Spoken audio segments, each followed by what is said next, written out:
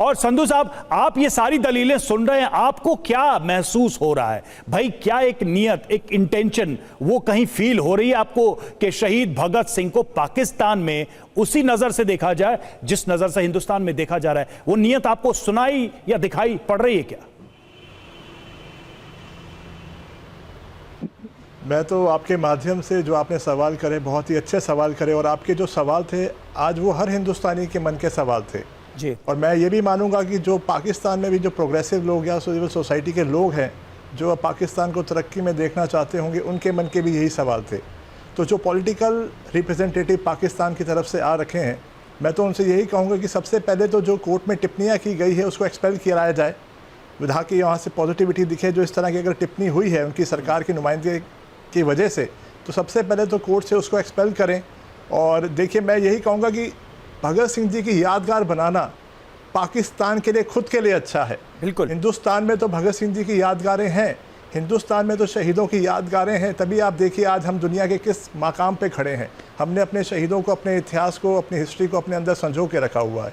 तो पाकिस्तान के पास एक गोल्डन अपॉर्चुनिटी है कि वो शहीद आज़म भगत सिंह जी की यादगार कुछ बनाए ताकि वहाँ पे दुनिया देखने आए। देखिए, पाकिस्तान के साथ एक त्रासदी ये है कि उनके पास अपना खुद का इतिहास नहीं है, और जो इतिहास उनके पास हमारे साथ साझा है उसको वो जुड़ने की बजाय, उस पर प्राउड फील करने की बजाय, या अपनी पीढ़ी को कुछ अपना खुद का देने की बजाय दूसरी चीज़ों को वो लोग देखते हैं। तो मेरे ख्याल से भगत सिंह जी वहाँ पैदा हुए, ये इनके लिए सम्मान की बात है, और भगत सिंह जी के लिए कुछ करेंगे तो ये पाकिस्तान के लिए ही गौरव की बात है। तो देखिए, जैसे अब पहले सारे पैनलिस्ट ने बहुत अच्छी अच्छी बातें भी रखी हैं, और उन्होंने ये भी बताया, जैसे आपने कहा, कल्चर और हिस्ट्री सबसे बेस्ट चीज़ है लोगों को आपस में जोड़ने के लिए, ताकि कहीं ना कहीं हमें एक इमोशनली ये तो पता चले कि हम लोग एक साथ एक जुल्म के खिलाफ लड़े थे। बिल्कुल, जो हर हिंदुस्तानी को, मैंने फिर वही कहा, हिंदुस्तानी जब मैं कह रहा हूँ उसमें मुसलमान भी है, सिख भी है, हिंदू भी है, तो उसमें अपना कोई राजनीतिक स्वार्थ ना देखें और थोड़ा कट्टरवादिता से बाहर आएँ, अच्छी चीज़ों को पाकिस्तान स्वीकार करना सीखे।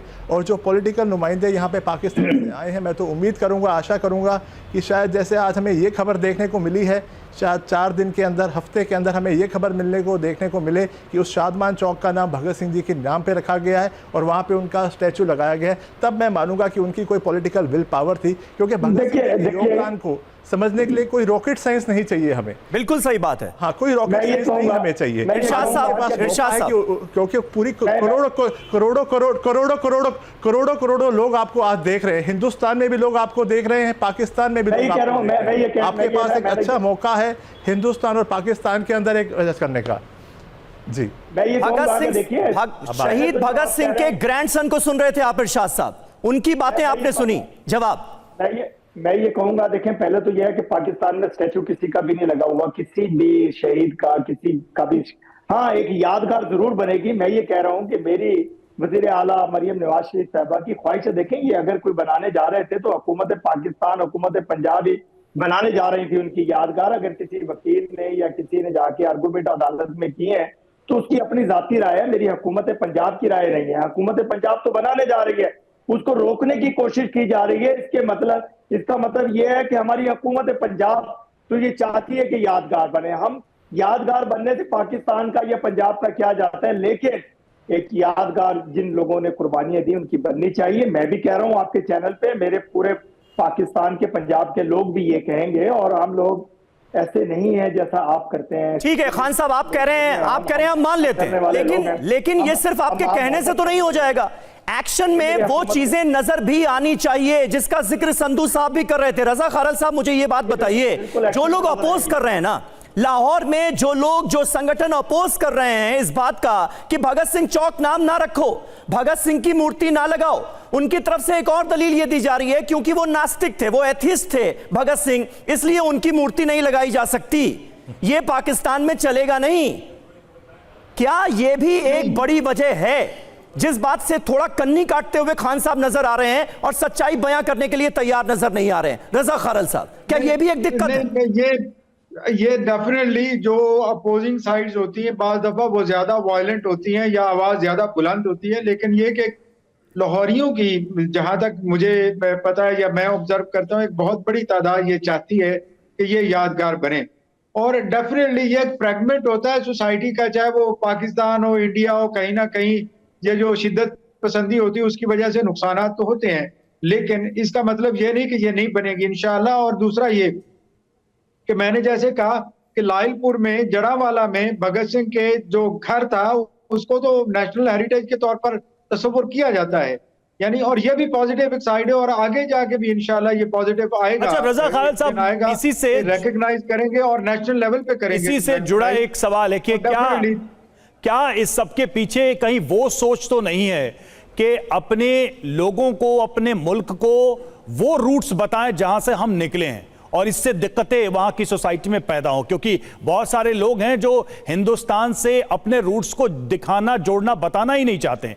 हमने पाकिस्तान के टीवी डिबेट्स में बहुत सारी चीजें ऐसी देखी हैं right from the early history, जहां से हम एक नजर आते हैं और वहां फिर उस चीज को हटाने और उस चीज को छुपाने की कोशिश, क्या वही इंटेंशन यहां भी दिखाई आपको देती है? भाई सम्राट अशोक से हम शुरू करें, मगध की हिस्ट्री से शुरू करें, हड़प्पा मोहनजोदड़ो से शुरू करें, ये सब तो पाकिस्तान में भी है, ये एरिया तो पाकिस्तान में भी था, लेकिन क्या वो वहां के लोगों को पता है कि हम सब कभी एक ही जगह से निकले लोग हैं?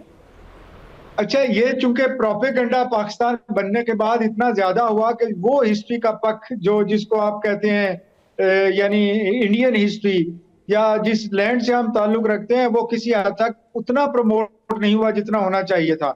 लेकिन अब एफर्ट्स जारी हैं, और अब नेशनल लेवल पे जितनी यूनिवर्सिटीज हैं, खासतौर पर प्राइवेट सेक्टर में भी जो यूनिवर्सिटीज हैं, वहां पे इस तरह की डिबेट्स होती हैं कि हम इंडस वैली सिविलाइजेशन के सक्सेसर्स हैं और हम वहां से निकले हुए लोग हैं। अब अगर मैं खरल हूं तो मैं राजपूत हूं ना, तो मेरा ओरिजिन जो यही इसी सरजमीन से, इसी धरती से है, तो मैं कैसे इसे इग्नोर कर सकता हूँ? मेरा फेथ तो इस्लाम है, लेकिन मेरे साथ साथ मेरा ओरिजिन जो, मैं जेनेटिकली तो यहीं का रहने वाला हूँ।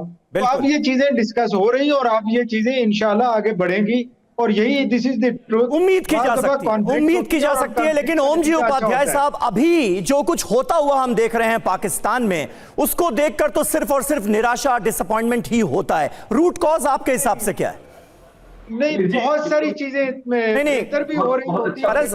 एक मिनट ओम जी से सवाल था ये जी।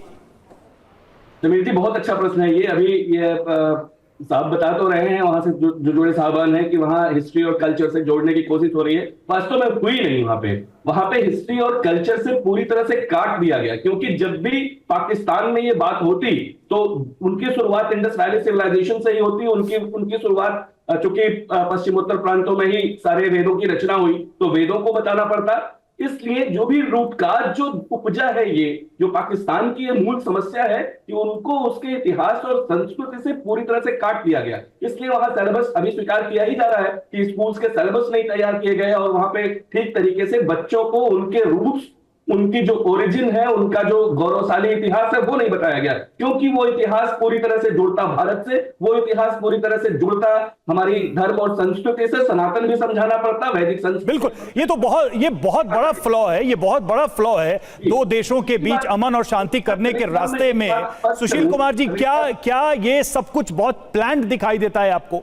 मतलब चूंकि ये आज की बात नहीं है, जैसा अभी हमने देखा, ये right from the beginning, right from the Inception of Pakistan ये नजर आता है। सुशील जी, हमारे पास समय कम है, ओम जी हम समय कम है, दूसरे मेहमान के पास जा रहे हैं। आप जो बात कह रहे हैं वो बिल्कुल सही है, क्योंकि जो ये टू नेशन थ्योरी थी जिसके बेसिस पे देश का विभाजन हुआ आज़ादी के समय, और पाकिस्तान में ये डिसाइड किया गया, आई थिंक हुक्मरान ने, कि हम केवल अपना इस्लाम जो हमारे रूट्स हैं या कनेक्शन है वो ही दिखाएंगे, और जो हमारी जो कॉमन हेरिटेज है वो उसको हम पीछे रखेंगे, क्योंकि उससे इनको जो पॉलिटिशियंस हैं उनको बड़ी डिफ़िकल्टी थी कि जो उनकी जो टू नेशन थ्योरी है उसको वो किस तरह से प्रूव करेंगे। वो प्रूव उसी बेसिस पे कर सकते हैं कि हिंदू अलग हैं, मुसलमान अलग हैं, और इस्लाम जो है वो उसका जो ओरिजिन है या जो कनेक्शन है इस पाकिस्तान से, वो उनका बहुत पुराना था।